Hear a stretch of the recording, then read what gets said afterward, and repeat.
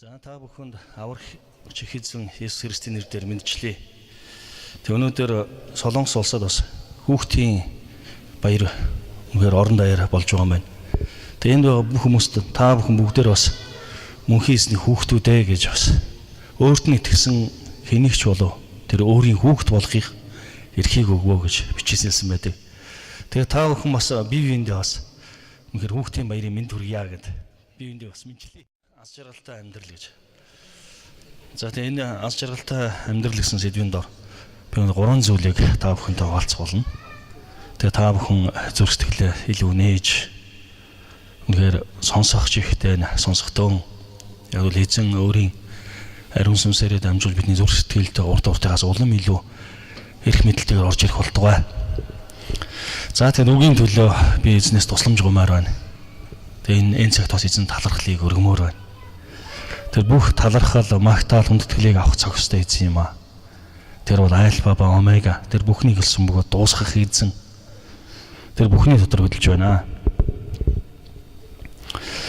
Тэр дэлхий тэнгис далай түн орших бүхнийг бүтээсэн цорын гац эзэн минь. Өнөөдөр энэ өргөнөөс бид таныг хүндлэж байна. Та миний хэн байхаас үл хамааран та надад 100% хайртай. Та надад 100% хайртай учраас загалмай дээр цовдлогдож 3 хоногийн дотор дахин амьлаад өнөөдөр миний эзэн болсон. Тэгвэл би танаар дамжуулан би энэ газар дэлхий дээр мөнхийн сүрвчтэй эзэн байдгиймаа гэдэг би зарлан тунхлах болно. Миний амьдралаар дамжуулан та өөрийгөө алдаршуулах болно. Тэгээ энэ цагт миний зүрх сэтгэлийн гүнд байгаа тэр орон зайд орж ирээч. Тэгээ үнэхээр дутагдж байгаа зүйлс дээр дүүргэлтийг буулгаач.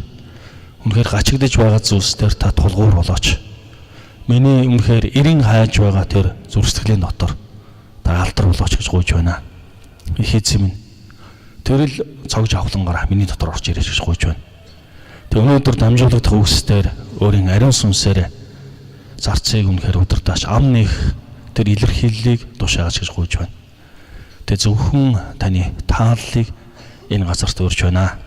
Өнөөдөр энд ирсэн хүн бүрийн зүрх сэтгэлд нь урд уртынхаас улам илүү хүчтэйгээр их мэдэлтэйгээр орж ирэх болтугай. Тэгэд таны таалал оршиг, таны хайртай хүү Иесус Христийн нэрээр.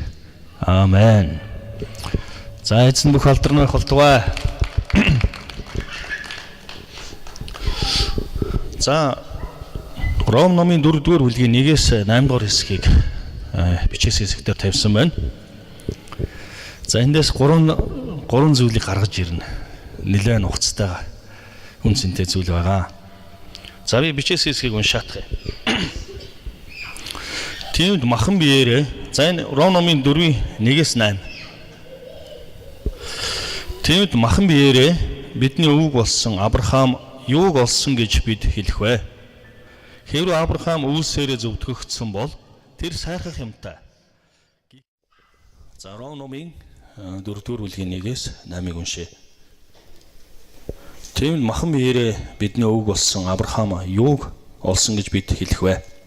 Хэрвээ Авраам өвсөөр зөвтгөгдсөн бол тэр сайрхах юмтай. Гэхдээ Бурхны өмнө биш. Сударт юу гэж байна вэ? Авраам Бурханд итгэсэн, энэ түүнийг зөвхт тооцоолсон байна гэдэг.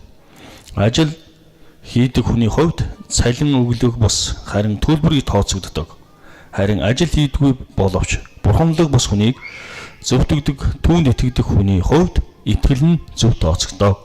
Түүнчлэн Давид бас үүсгүйгээр бурханд зөв хэмээн тооцогдсон хүний эвээгцнийг инхүү хэлжээ. Хууль бус явдал нь уучлагдж, нүглүүд нь далдлагдсан хүмүүс ерөөлтэйе. Эзэн нүглийг нь огт үл тооцох тэр хүн ерөөлтэйе гэжээ.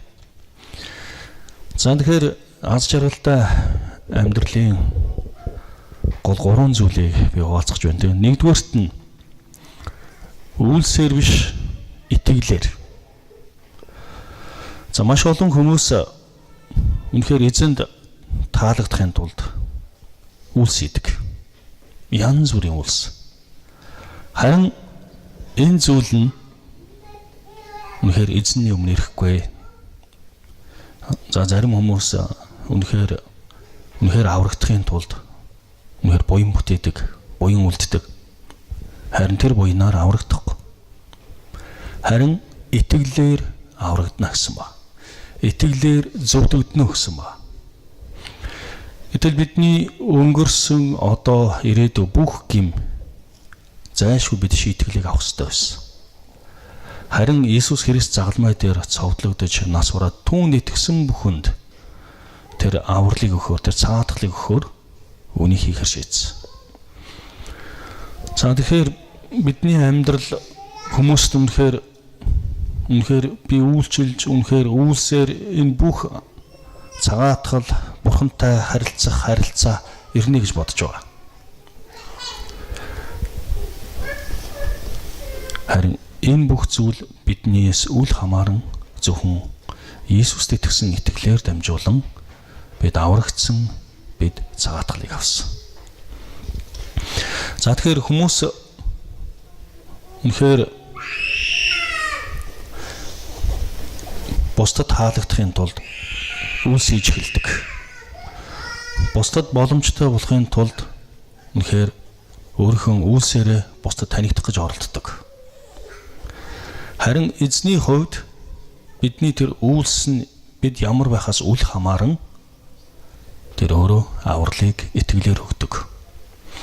Нуах маш олон жилийн турш тэр хөлөг онгоц 120 жилийн турш барьсан. 120 жил. Асар том авдар. Хөөгч авдар. Харин энэ бүхнээрээ тэр аврагдаж болох байсан. Харин тэгээгүй. Зөвхөн тэр мөнхийн сүр хүчтэй эзэнд итгэсэн тэр итгэлээрээ тэр хөөгч авдарт аврагдсан. Тэгээд 120 жилийн турш тэр үнэхээр тэр том авдрыг хийж байхдаа түүн дээр ирсэн хүмүүст хэлж байсан. Та нар гэмшигтэн. Эзэн үнэхээр шийтгэнэ гэдгийг хэлж байсан. За гэтэл хүмүүс Ноахыг үнэхээр доромжилж байсан. Чи ямар ч усгүй хуурай цүл газарт ийм том хөлөг онгоцыг барих ямар хэрэгтэй юм бэ? Чи үнэхээр тэнийг байх. Чи баг мулгуу байх. Үнэхээр доромжлолыг амсч ийсэн. Харин Ноах тэр том хөлөг онгоцыг хийж байхдаа түүгээр аврагдана гэж бодоагүй. Зөвхөн эзэнд итгэсэн тэр итгэлээрээ аврагдана гэдгийг мэдж байсан. За Мосе үнэхээр Израилийн ард түмнийг Египтийн боолчлолоос чөлөөлсөн. Харин тэр чөлөөлөлтөөр тэр бардаж болох байсан. Би үнэхээр бүхэл бүтэн өөрийн ард түмнийг чөлөөлсөн болохоор үнэхээр бурхан надад агуу зүйл хийнэ гэж. Тийм биш. Зөвхөн бурханд итгэсэн итгэлийн төлөө бурхан түүний амьдрал агуу зүйл өгсөн. За тэгэхээр ихэнх хүмүүс тодорхой үйлсээр дамжуулан бурханд таалагдах тэр зүйлийг боддог. За өнөөдөр миний хувьд би Иесус Христэд итгээд 22 жил болж байгаа. Гэтэл би бусдад би Иесуст итгээд 22 жил болж байгаа. Би маш олон хүмүүст би сайн мэдээд хараасан. Энэ зүйлсээр би сайрхаж чадахгүй. Зөвхөн би эзний надад даалгасан үргийг л би биелүүлсэн. Харин итгэлээрээ би бурхны өмнө зөвтгөгдөж аврагдана гэдгийг мэдж байгаа. Тэгвэл Авраамийн хувьд ч гэсэн ялгаагүй. Тэр итгэлээрээ тэр уур гэдэг газараас бурхны амлагдсан нутаг руу явсан. Тэр хаашаа явахаа мэдэхгүй байсан. Харин эзэн түүнд Авраамыг яв. Тэгээ миний амлагдсан нутагт оч. Чамаар дамжуулан би Тэнгэрийн одноос олон элсний ширхгээс их агуй хүндэстнийг бий болгоно гэж амласан. Тэгвэл Авраам үнэхээр сэтгэлээр унаж дороотх үедээ тэр шөнө Тэнгэр рүү хараад яг хашгирах үед Бурхны тэр амласан амлалтыг санддаг байсан. Дүүрэн оддыг хараад би чамаар дамжуулан Тэнгэрийн одноос олон агуй хүндэстнийг бий болгоно гэдгийг тэр амлалтыг санддаг байсан. Тэгээд Авраам за эзэн баярлаа. Тэр үнэхээр тийхэрч босч ирдэг байсан.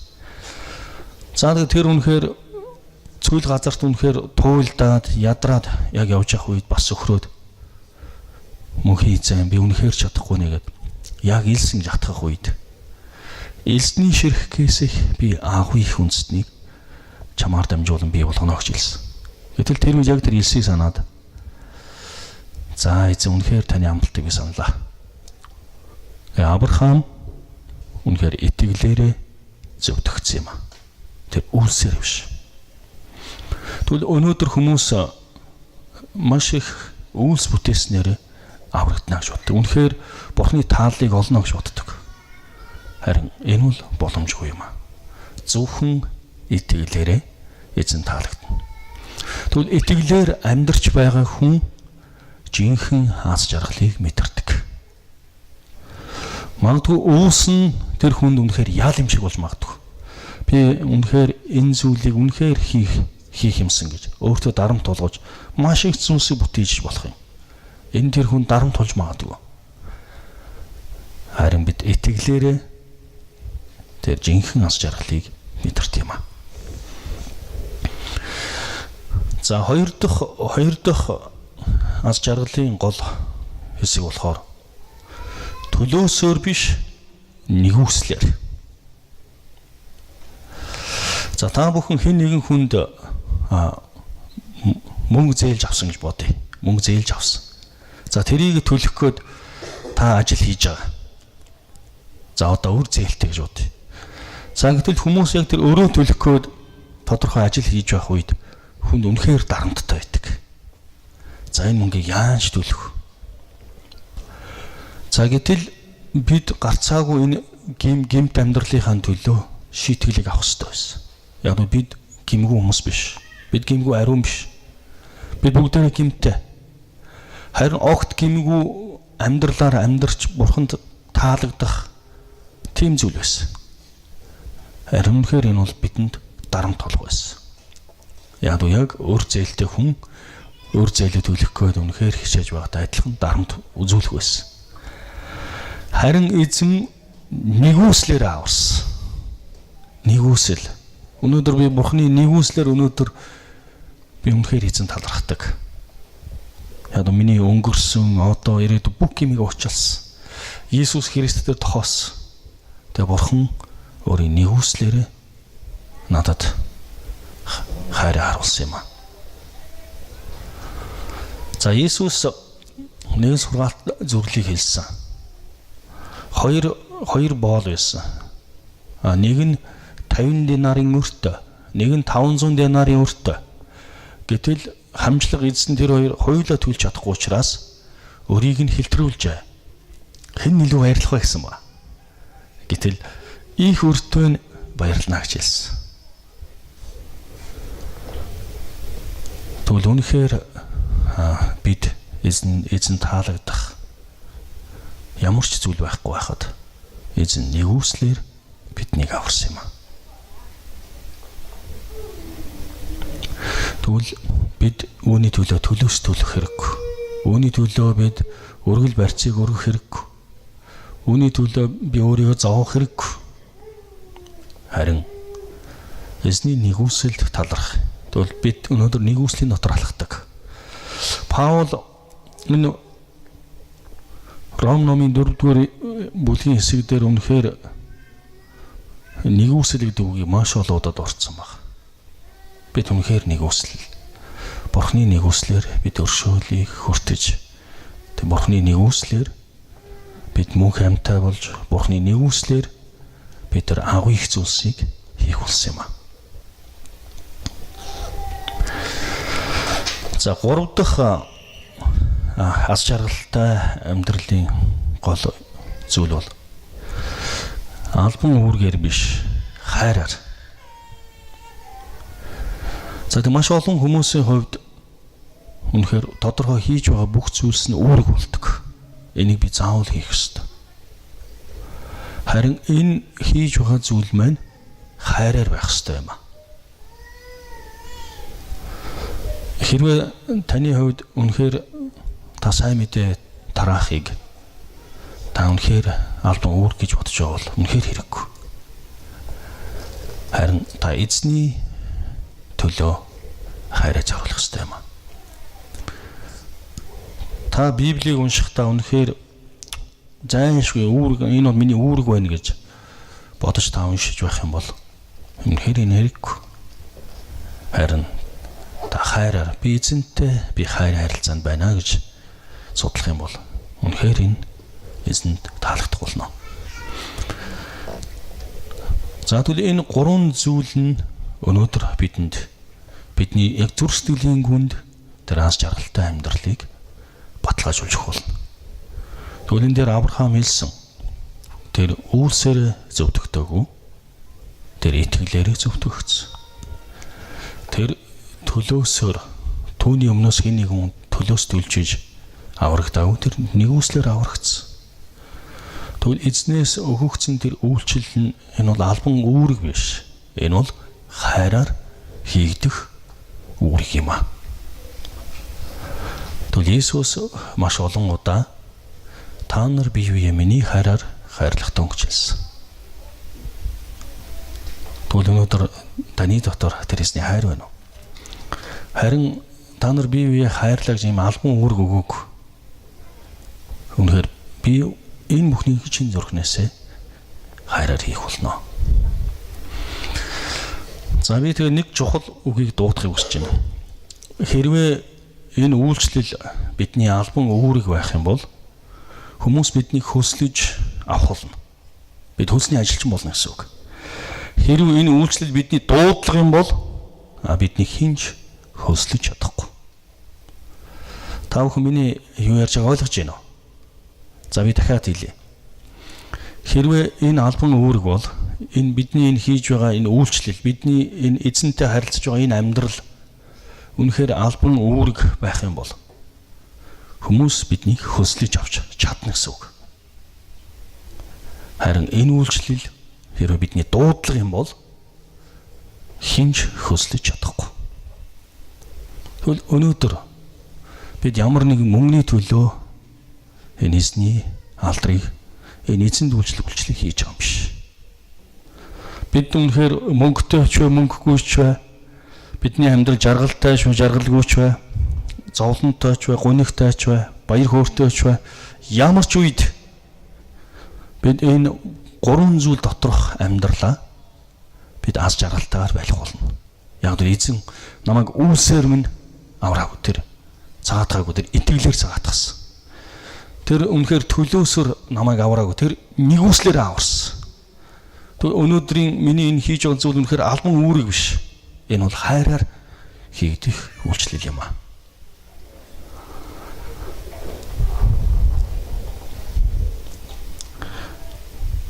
Тэгвэл өнөөдөр бид хамгийн чухал зүйлээ өнөөдөр хийж байна уу? Би өнөөдөр та бүхнээс асуумаар байна.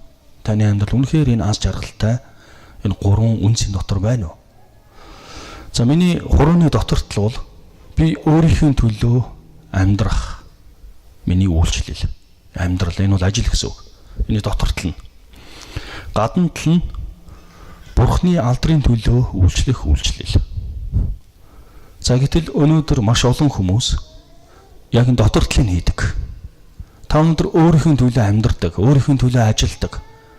Өөрийнхөө амьдралын бүх зүйлийг авч явахын тулд та дотор талаар нь энэ бүх зүйлийг хийж байгаа. Харин гадна талын та орхигдуулдаг. Энэ хоёр хоёулаа хамт амьдрах ёстой. Хамт амьдрах ёстой. Яг бол бид үйлсээр биш, итгэлээр. Бид төлөөсөөр биш, нэгүслэр.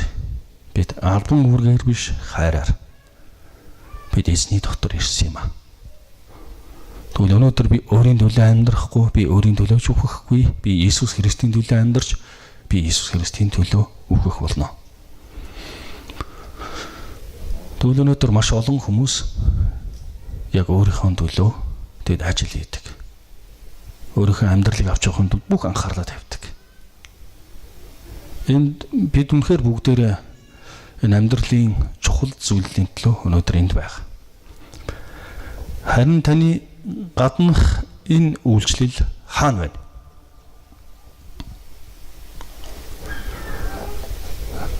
За би энэ хоёрын ялан хэлсэн. Хэрвээ энэ таны ажил байх юм бол хүн таныг хөслөж чадна. Биений хөнсөөр ажил хийж гин гэсэн үг.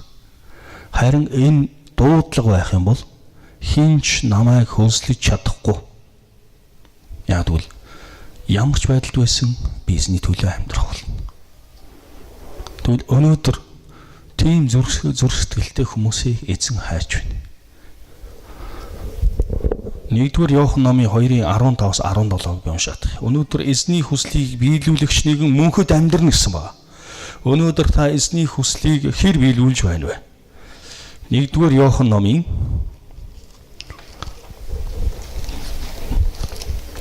за та хэрэгтэй хэсгийг гарсан 2-р бүлгийн 15-аас 17-г би уншия. За би хэрэгтэй хэсгийг одоо гаргаж ирье.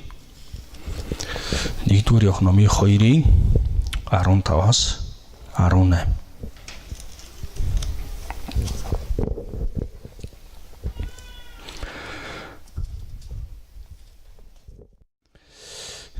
Бидний төлөө тэр өөрийн амиа өгсөн тул үүгээр бид хайрыг мэднэ. Бид ах дүүсийн төлөө амиа өгөх ёстой. Би өөр юм уншиж байна. Уучлаарай. 1-р Иохан 2-ын 2-р бүлэг шүү. 15-аас 17 шүү. Би өөр 3-р бүлгийг хараа явуулсан байна.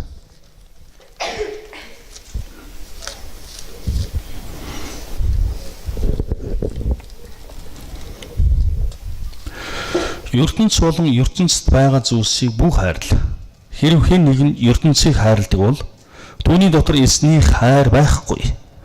Учир нь ертөнцид байгаа бүхэн тухайлбал махан биеийн хүсэлд ачаал, нүдний хүсэлд ачаал, амьдралын бардам багтал нь эцгээс бус харин энэ ертөнцөөс ирдэг юм а.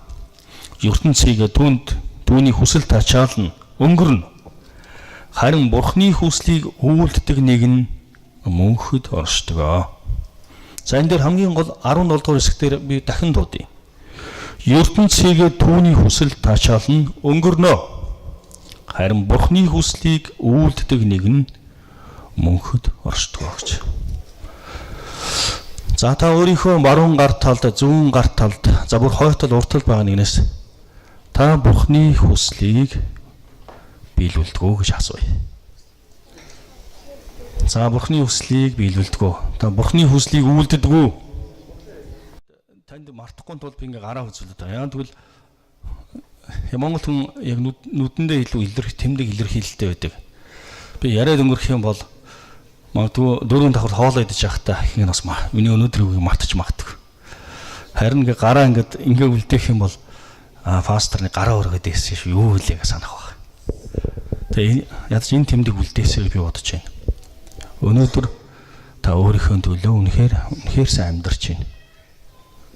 За би дотортлыг харуулж харин эзний төлөө эзний хүслийг биелүүлж амьдрах амьдрал хаа байна? Хаана вэ вэ?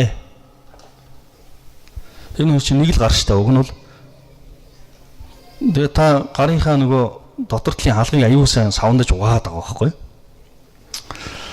Тэгсэн чинь гарынхаа нөгөө талын ерөөсөө огт угаахгүй яг тийм хөвгттэй адилхан байна. Энэ гадналын хэсэг бүр сайтцсан. Тос түрхэх хэрэгтэй бүр угаах хэрэгтэй. Яг л нэг л гар шүү дээ. Тэгвэл яг бид үйлчлэл гэдэг зүйл маань хоёулаа хамтдаа байх хэрэгтэй юм. Яг бол та өөрийнхөө амьдралын төлөөх үйлчлэлийг хийн, бас эзний төлөөх үйлчлэлийг хамтдаа хийнэ гэсэн үг. Гэтэл олон хүн үүнийг салгадаг. Пастраа би ажилласаа гараад эзний төлөө ажиллая гэдэг. Тэгээ тэр цүл рүү явах ч юм уу яах ч юм бид хүмүүс дотор л үйлчлдэг штэ. За Монголд манай шуулганы нэг гишүүн төмөр замд ажилладаг нэг гишүүн маань пастор би ерөөсөө ажилласаа гараад би Бурхны ажлыг хиймээр өгнө гэсэн. Яг л тэр төмөр замын ажил үнэхээр дүүрэн гимтэй хүмүүстэй тэр гим муухай зүйлд би хутгалдаж амьдрч чадахгүй гэсэн. Тэгээ түмэнд хэлсэн. Гэхдээ тэр чинь л эзний төлөөх ажил шүү дээ. За хоёулаа нэг зүйлээр маш тодорхой тохиролцоо хий. За бүтэн 1 сарын турш чи өөрийн тэр хамтран ажиллаж байгаа хүмүүст үнэхээр сайн мэдээд хараа. Тэгээ тэн дотроо Иесуст итгэсэн хүнд эсийн бүлэг эхлэе. Энэ бол эзний үйлчлэл. Тэгээ давхар төмөр замдаа өөрийнхөө ажлыг хий. За юу болох нь харъя гэсэн. За гэтэл тэр хүн маань өөрөө төмөр замынхаа ажилд ажиллаад тэгээ төмөр замын баг чуулгыг эхлүүлсэн баг. Өөрөө ажиллаа хийнгээ эзний үйлчлэлийг давхар хийсэн. Энэ хоёуланг нээж байна. Гэтэл тэрнээс өмнө болохоор бусд нь хийх гээд байсан. Би ерөөсөө энэ ажлаа болъё. Хэрвээ тэр хүн тэр ажлаасаа гарсан бол тэр төмөр замд аврагдах байсан. Тэр хүмүүсийн аврал байхгүй болох байсан. Тэгвэл та өнөөдөр ямар орон зай дотор хаана үйлчилж байна? Тэр газарт эзний үйлчлэлийг хий. Европод сэргэн мандалтын Христийн үе гэж байсан. За тэр сэргэн мандалд яаж ирсэн гудалчин яг гутал зарч байхдаа сайн мэдээ тараадаг. За багш үнэхээр өөрхөн хичээлийг заагаад бас сайн мэдээ тараадаг. За ойдлчин өөрхөн ойдлыг хийгээд бас сайн мэд. Яг үйлчлэл дотроо эзний ажлыг хамт хийсэн. Харин энэ зүйлээр дамжуулан тэр бүгд бүтэн Европ тэр чигээрээ сэргэлт ирсэн. За тэгвэл таны эргэн тойрон байгаа тэр хүмүүст үнэхээр аврал хэрэгтэй байна. Та тэгвэл жинхэнэ баяр баясгалан бол. За би дахин хэлье. Өнөөдөр та үйлсээрээ биш. Та итгэлээр зөвтгөгдсөн. Та төлөөсөөр биш, нэгүслэр аврагдсан. Тэгээд энэ бол албан үүргээр биш, та хайраар өөрийгөө зориулах ёстой.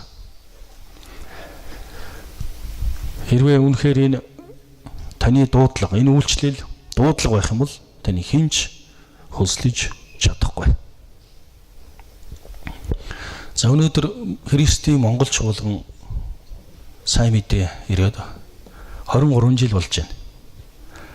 Харин 23 жилийн өнөөдөр үнэхээр гайхамшигтай олон хүмүүс Иесус Христэд итгэсэн гол нууц нь яг эхний үеийн хүмүүс бүх амьдралаа энэ эзний хаанчлалын төлөө зориулсан. Тэд ямар ч тийм цалин олсоор биш. Тэд амьдралаа зориулсан. Харин энэ зориултаар дамжуулан үнэхээр Монгол чуулганууд үнэхээр хүчтэй босгогдсон юм а. Өнөөдөр 600 гаруй чуулган байна. Нийт хүн амынхаа 5% төрсөн байна. Тэгээд бид 2020 он гэхэд нийт хүн амынхаа 10%-ийг авна гэсэн нэгдсэн ураа тавьсан байна. Тэг үнэхээр итгэлтэй байна. Тэгвэл тэр 2020 онд бид 10%-ийг авна гэсэн энэ хараа өнөөдөр бидний чуулган дотор ч энэ байгаа.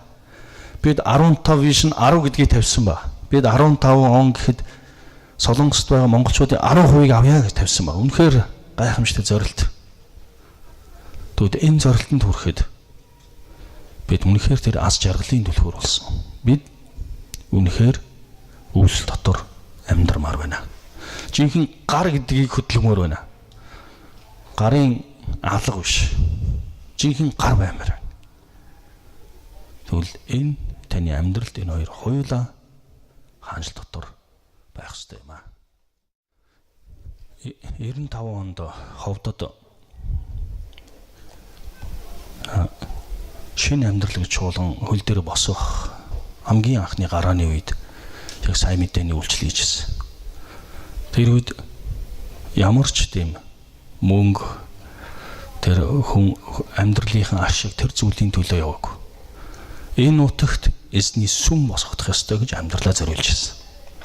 За түүний төлөө бүтэн 14 хоног аргалт үүжсэн.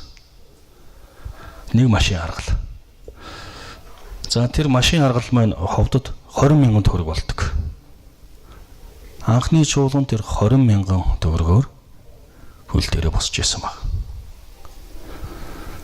За Инэрлийн бод чуулган анх 93 онд байгуулагдсан. За 93 онд байгуулагдахад хамгийн анх эзэн зориулж эзний өргөөх барьсан. За эзний өргөөг барихдаа за 3-4 харьцаатай фашин барьсан. Энэ бол Монголын анхны эзний өргөө байсан. Монголчууд өөрсдөө тэр эзнийг хүндлэх гэж түүнийг гараараа барьж ирсэн.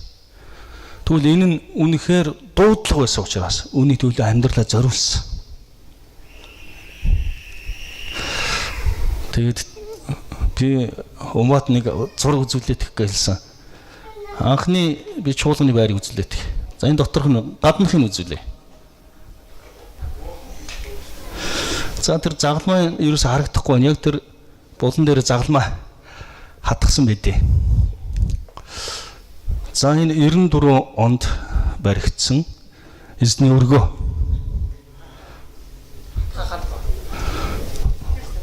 Тэр байшингийн цаатлах нь болохоор тэр цаатлын айлын амбаар штэ. Тэ юм агуулдаг амбаартай нэг ялгахдахгүй байгаа зү. Наадлынх нь тэр шавартцсан. За ингэж үйлдсэн байгаа чуулган анхны чуулганы эзний өргөө. За тэгээд цаас тавиад хүүтэн байсан мөн дээдлэлтэн шороо хасгаж ийсэн. Гэтэл хаавар бороо ороод дээдлэлээр нь тусаалгож ийсэн баг. Тэгээд энэ бол дуудлага байсан юм аа. Тэгээд би та бүхэнд өнөөдөр Монголын хамгийн анхны эзний өргөөг харуулж байна. 3-4 харьцаатай. За дотортлыг нь харуулъя. За доторх нь ингээд тэр үед нөгөө цаасар за одоо жанхуу гэдэг гурилаар жанхуу идэг байсан. Одоо тэр үед тийм цав байсангүй. Тэгээ цаасаар доторлож. За тэгээ надад эндэр байхгүйсэн. Одоо эндэр байна. Тэр баян хуурын хайрцаг миний эндэр болж ирсэн. За тэгээ тэр үед одоогийн олон хөгжмийн техник байсангүй харин Орос баян хуур хөгжим байсан байна. Энэ дотор хичнээн хүн багтчихсан гэж бодож байна. 50 хүн багтчихсан. Яг нөгөө бид нар сангийн аж ахуй явахад 30 машин нэг шахаад суудаг шүү дээ ингээд. Бүр ингээд багтааж тэгж суудаг байсан. Энэ өргөөнд багтахгүй байсан.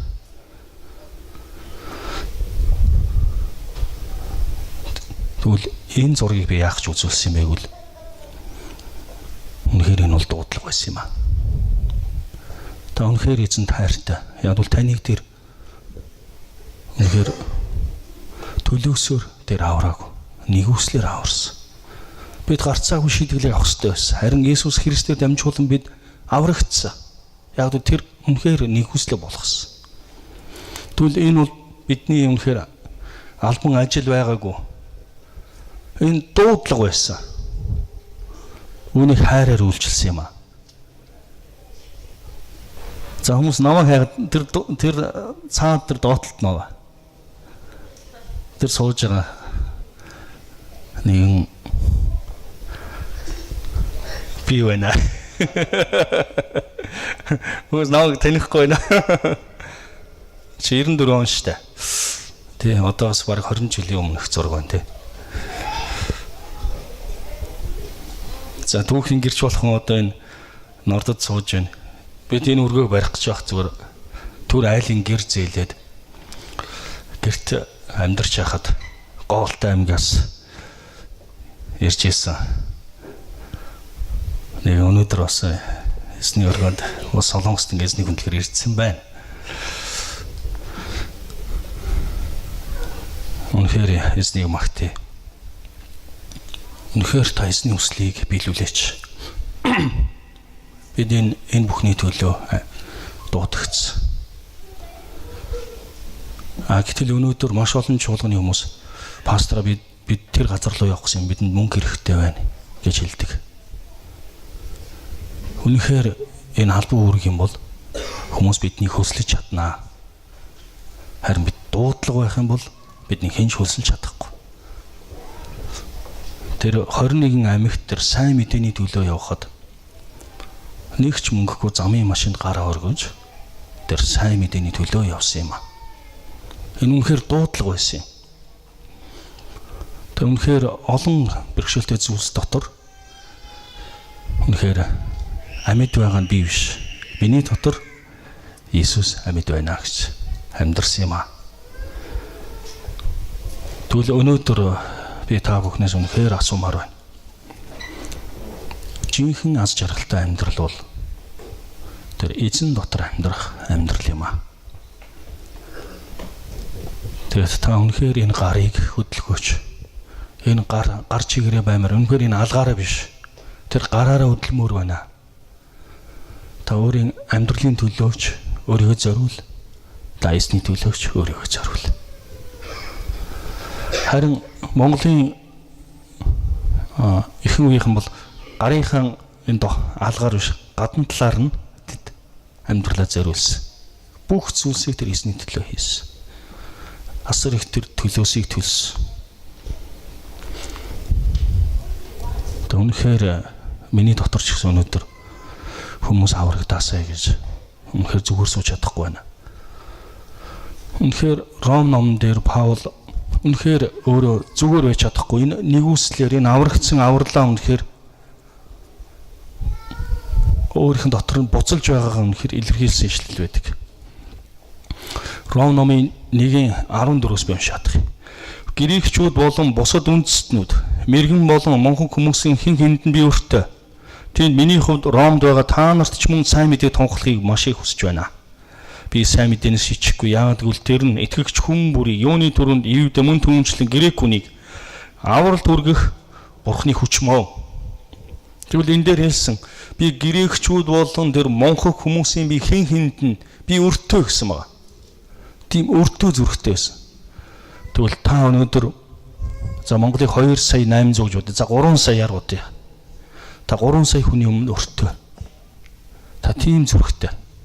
Тэгээ үнэхээр та нар сайн мэдээ хүрхийг би маш их хүсэж байна гэсэн байна. Тийм халуун зүрхтэй. Тэгээ би үүний төлөө юунаас ч ичихгүй, би юунаас ч айхгүй. Яг л энэ хүн бүрийг авралт үргэх Бурхны хүч юм а гэж хэлсэн.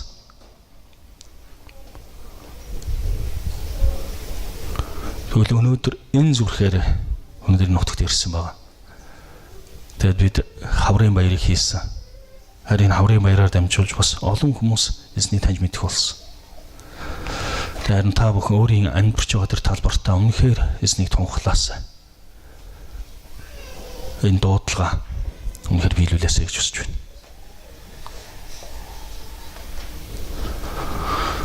2002 онд Индонезид Apostol Prophetic конференц болж ирсэн. Энэ болохоор Илч иш үзүүлэгчийн конференц чуулга уулзалт. За гэтэл тэр үед эзэн надад нэг илэрхийллийг тэмдэг өгсөн. Монгол бол миний Азийн зүрх, миний зүрхийг хөдөлгөөч гэж хэлсэн. Би үнэхээр тэр дороо үнэхээр илгээрээ хөвдсөн. Үнэхээр миний нүднээс нулимс сад тавьсан. Би өөрийн арт түмний төлөө нулимс унагсан. Бурхан та Монголыг босгож өгөөч. Яг л Бурханы зүрх тэр Азийн зүрх нь бол Монгол байсан. Энэ зүрх хөдлөх юм бол тэр Аз даяар байгаа сайн мэдээ өрөөгөө маш олон үндэстэн үнэхээр хөдлөх юм байна гэдэг эзэн илэрхийлсэн. Тэр өдрөөс эхлээд яг энэ үгийг бодохоор л миний дотор үнэхээр нулимстай болсон. Ерөөсөө зүгээр сууж чадахгүй болсон. Хаа сайгүй явж тэр үннийг тунхлах зүрхтэй болсон. Яг бол Монгол бол Азийн зүрх юм аа. Миний зүрхийг хөдөлгөөч.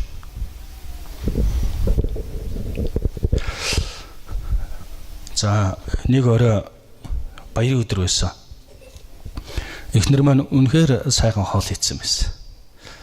Тэгээ хоолны төлөө талархах гал яг залбирч явах үед би хоол идэж чадхаа болсон. Яг залбирч явах үед тэр сайн мэдээний тэр эзний төлөө ч явж байна уу гэдэг тийм илэрхийл надад ирсэн. Тэгээд би эхнэрт хэлсэн би энэ хоолыг идэж чадахгүй байна гэсэн. Би үнэхээр явмаар гармаар байна гэсэн.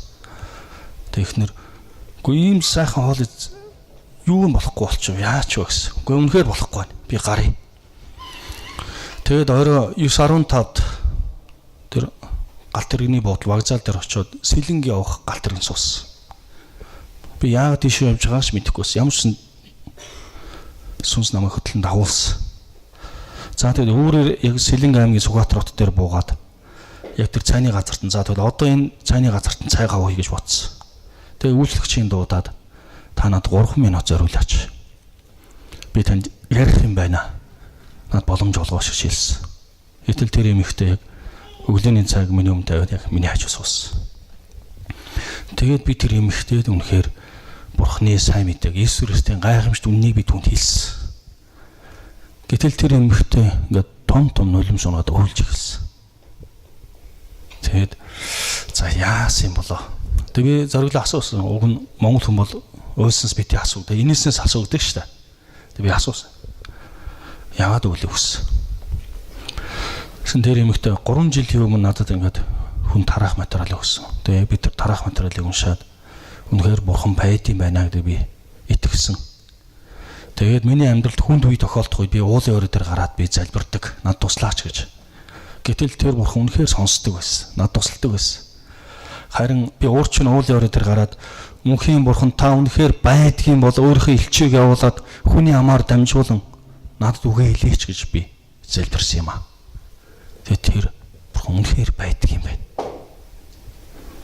Тэгээд би баярлаад үнэхээр нулимс онооч байна гэж хэлсэн. Харин энэ үгийг сонсоод би дагаад үлдсэн. Яг би яах гэж хөлөөлвэ.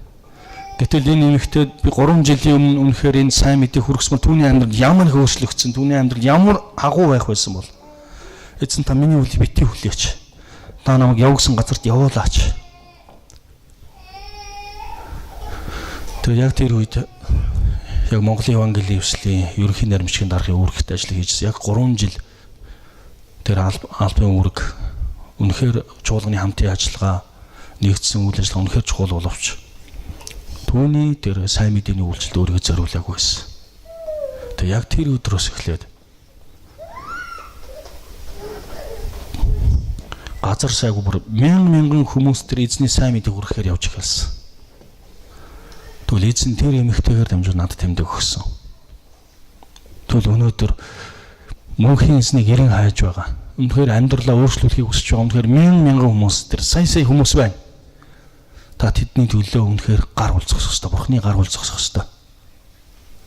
Та итгэлээрээ үнэхээр энэ алхмыг хийх ёстой. Яг бол эзэн таныг үүсээр шин авраагүй. Таны итгэлийн төлөө тэр таны өнгөрсөн одоо ирээдүйн бүх юмыг уучлсан. Тэр таныг төлөөсөр үнэхээр энийг авахын тулд тэр их хэмжээний мөнгийг түлгэж эзэн таны төлөөсөр таныг уучлаагүй. Нэгүслээр уучлсан. Хэрвээ та хэнийг хүн танд та энэ сайн мэдээ тараагаад шиг танд хэрвээ мөнгө өгөх юм бол энэ юу болж байгаа юм бэ? Үгүй ээ. Энэ бол миний үүрэг, албан үүрэг биш. Энэ бол миний дуудлага. Миний амьдралд ямар ч зүйл болж исэн би үнний төлөө би гайхамш үннийг тонголох болно. Мөнгөтэй ч байсан, мөнгөгүй ч байсан, хүнд үйч гэсэн тэр үнний төлөө би зогсох болно. Тэгвэл та бүхэн Үлс ном дээр сарах юм бол Паулийн амьдрал үнэхээр үндсээрээ өөрчлөгдсөн. Тэр өхөлтөө чинь урд тулж ирсэн. Харин сайн мэдээний төлөө тэр амьдарсан юм аа. Тэгвэл өнөөдөр тийм зүрхтэй нэгнийг эзэн өнөөдөр хайж байна. Эзний зүрх үнэхээр эрен үнэхээр дэлхийгээр үнэхээр хэрэн тинж байна. Тэгвэл өнөөдөр таны амьдралд жинхэнэ баяр баясгалан аз жаргал бол та эзний хүслийг биелүүлэх явдал юм аа. Өнөөдөр бид өөрийнхөө хүслийг биелүүлэхийг бодож байгаа. Харин та эзний хүслийг биелүүлээрэй. Эзний хүслийг биелүүлэгч нэгэн мөнхөд амьдрна гэсэн. За би энэ хэсгийг дахин уншаад өнөөдрийн энэ үгийн цагийг дуусгая. Би өнөөдрийн энэ сургаалаа бэлдэж байхдаа сая энэ түүхэн зураг би олж харсан. Тэгээд үнэхээр нулимстай байсан. Би энэ үеэсээ ч илүү хүчтэй байсан маань гэдгийг харсан. Надад ямар ч идэх хоол байхгүй. Өдрийг хар цагаар өнгөрүүлж явахдаа түүнд хайртай зүрхээр амьдарсан. Харин өнөөдөр эзэн бүх зүйлсийг өгсөн байна. Харин түүний төлөө хэр явж байгаа вэ? Тэгвэл өнөөдөр эзэн биднийг ятгах байна. ертөнцийгээд түүний хүсэл таачаалн өнгөрөн одноо. Харин Бурхны хүслийг үйлддэг нэг нь мөнхөд оршдог. Үнэхээр Бурхны хүслийг биелүүлээсэй гэж хүсэж байна. Энэ амьдралаа үнэхээр түүнд зориулмаар байна. Өнөөдрийн дэлхийн ертөнц үнэхээр Бурхнаас олдож байна. Өнөөдөр жинхэнэ өөрийн зүрх болох гэж өнөөдөр Монголыг эзэн дуудсан байна. Өнөөдөр бид Бурхны сум, шилмэл сум, эзэн бидний хаана аль үндэстэн аль газар тавихыг хүсэж байна. Энд бэлэн байх хэрэгтэй.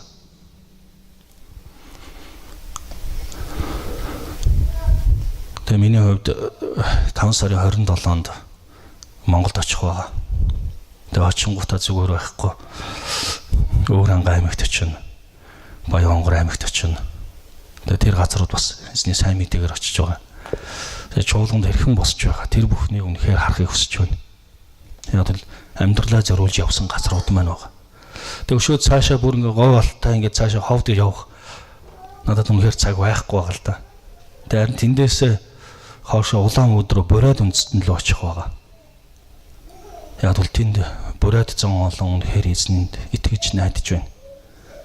Тэдний төлөө өнөөдөр Оросын Монгол угсаа үндэстнүүдэд илгээхтэйгээр 9 илгээлтийн эзэн улаан өд байгалийн илгээлтийн сургууль сурч байгаа. Тэгээд тэднэр дээр очиж ирэхээр явж байгаа.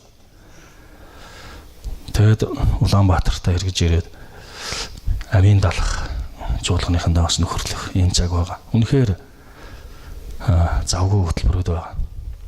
Харин энэ бүхнээр дамжуулан үнэхээр эзэн алдаршаасаа гэж хүсэж байна. Тэгээд өнөөдөр Солонгост байхдаа Солонгосын бүх мужуудад байгаа хаана Монгол хүмүүс тэнд очиж үнэхээр эзнийг үнэхээр тунгалмаар байна. Үнэхээр урам зориг өгмөр байна. Би нөгөө Могбод байгаа монголчуудтай холбогдсон байгаа. За шүүчин Busанд байгаа монголчуудтай холбогдсон байна. Тэд нар дээр бас очихоор бас ярьж байна. Тэгээ бид үнэхээр ганцхан энэ чуулганы төлөө дуудагдаагүй. Бид эзний хаанчлалын төлөө дуудагдсан. Тэгээ би та бүхнийг үнэхээр эзний яруу алдар цогж авахлан байгаасаа гэж үнэхээр ятгах байна. За би дахин хэлье. Үнэхээр таны үйлчлэл яг энийг би өөр хэлэх дуртай. Дотор би зүрхэндээ үнэхээр дандаа хэлэх дуртай үг. Албан өөрийг юм бол таны хүмүүс өлсөлж чадна. Харин энэ үйлчлэл таны дуудлага юм бол таны хинч хөлсөлж чадахгүй. Та энэ дуудлагын төлөө бүхнээ зориулах болно.